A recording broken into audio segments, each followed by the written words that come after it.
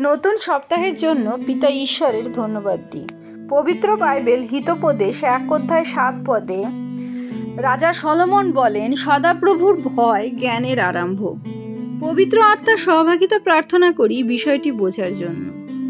ভয় একটা অনুভূতি যা প্রত্যেকটা মানুষের হৃদয়ের উৎপত্তি হয়। ভয় সেই কল্পনার উপর বিশ্বাস যা আমাদের দেখায় যে সেই অঘটন যা আমরা আমাদের জীবনে ঘটুক তা চাই না, কিন্তু বারবার সেই প্রতিচ্ছবি আমরা আমাদের মস্তিষ্কে দেখতে পাই। হিতোপদেশে রাজা সলোমন বলেন, সদাপ্রভুর ভয় জ্ঞানের আরম্ভ। সদাপ্রভুর ভয়, সদাপ্রভুকে আমরা যদি ভয় পাই তাহলে তো আমরা তার থেকে দূরে পালাবো। পৃথিবীর নিয়মে যদি ভয় শব্দটি আমরা সংজ্ঞা খুঁজি, তাই তো দাঁড়ায় যে যাকে আমরা ভয় করি তার থেকে আমরা দূরে পালাই। কিন্তু এই ভয় সেই ভয় নয়। সদাপ্রভুকে ভয় করা অর্থাৎ হলো সদাপ্রভুকে আমাদের জীবন থেকে হারানোর ভয়। যে ভয় দাউদ পেয়েছিল যখন সে বুঝেছিল সে ব্যভিচার করেছে এবং সদাপ্রভুর কাছে আকুল মিনতি করেছিল যে কোনো কিছু তার জীবন থেকে চলে যাক না কেন, ঈশ্বরের আত্মার উপস্থিতি যেন তার জীবন থেকে না যায়। সেই ভয় রাজা সলোমন বলেন জ্ঞানের আরম্ভ। আর সেই ভয় যদি আমাদের হৃদয় জুড়ে থাকে তাহলে প্রভু যিশু যেমন বলেছেন ভয় করিও না, সেই আজ্ঞা আমরা পালন করতে পারি। প্রভু যিশু আমাদের ভয় করতে, ভীত হতে, উদ্বিগ্ন হতে বারণ করেছেন, কারণ তিনি তার শান্তি আমাদের দিয়েছেন। যে শান্তি পৃথিবীর আর কিছু কখনো আমাদের দিতে পারে না।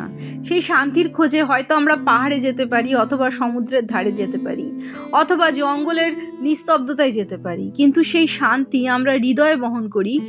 আমরা যে কোনো জঙ্গম জায়গায়, যে কোনো কোলাহলের মধ্যে যাই, যদি আমরা প্রভু যিশুকে আমাদের হৃদয়ে বহন করি, যদি পবিত্র আত্মা আমাদের অন্তরে থাকে। আর আমাদের এই শান্ত ব্যবহার, আমাদের হৃদয়ের শান্তি শুধু আমরা নিজেদের মধ্যে আটকে রাখতে পারি না, সেই শান্তি মানুষের কাছে পৌঁছে যায় যারা আমাদের চারপাশে বাস করে। কেন সব ব্যাপারে আমরা এত শান্ত থাকতে পারি? তারা সেই কারণ খুঁজতে গিয়ে প্রভু যিশুকে জানতে পারে এবং প্রভু যিশু নামে তারা তাকে যদি বিশ্বাস করে, তারা পরিত্রাণ লাভ করে, পবিত্র আত্মা লাভ করে, অনন্ত জীবন লাভ করে এবং তার শান্তি তারা হৃদয়ে গ্রহণ করতে পারে। আমাদের জীবনে ভয়ের অনেক কারণ থাকে। প্রভু যিশুকে যদি আমরা বিশ্বাস করি তো অনন্ত জীবন লাভ করি, কারণ পিতা ঈশ্বর তার প্রিয় পুত্রকে আমাদের দান করেছেন যেন আমরা বিনষ্টের হাত থেকে রক্ষা পাই এবং অনন্ত জীবন পাই। এই বিশ্বাসের বিপরীতই হলো ভয়।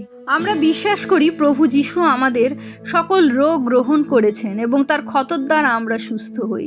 আমরা যখন বিশ্বাস করি যে তিনি আমাদের দারিদ্রতা গ্রহণ করেছেন সেই ক্রুশে এবং তার সচ্ছলতা দিয়েছেন বলে আমরা সম্পদশালী হই।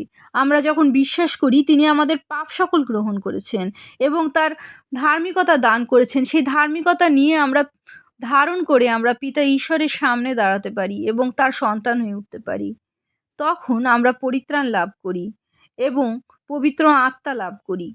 ঠিক অন্য সময় যখন আমরা ভয় পাই যে আমাদের যে জীবনে পরিস্থিতি চলছে, আমরা যে রোগের মধ্যে দিয়ে চলছি বা আমাদের প্রতিকূল পরিস্থিতির মধ্যে দিয়ে যে চলছি, এর থেকে আমরা কি করে বেরোবো? আমাদের জীবন কি এইভাবেই শেষ হয়ে যাবে? আমরা কি এই পরিস্থিতির মধ্যেই মৃত্যুর দিকে চলে যাব? তখন আমরা আমাদের বিশ্বাস প্রভু যিশুর ওপর থেকে সরিয়ে শয়তান যে চিত্রগুলো আমাদের হৃদয়ে দিচ্ছে, যে কল্পনাগুলো আমাদের হৃদয়ে দিচ্ছে, তার ওপর করছি।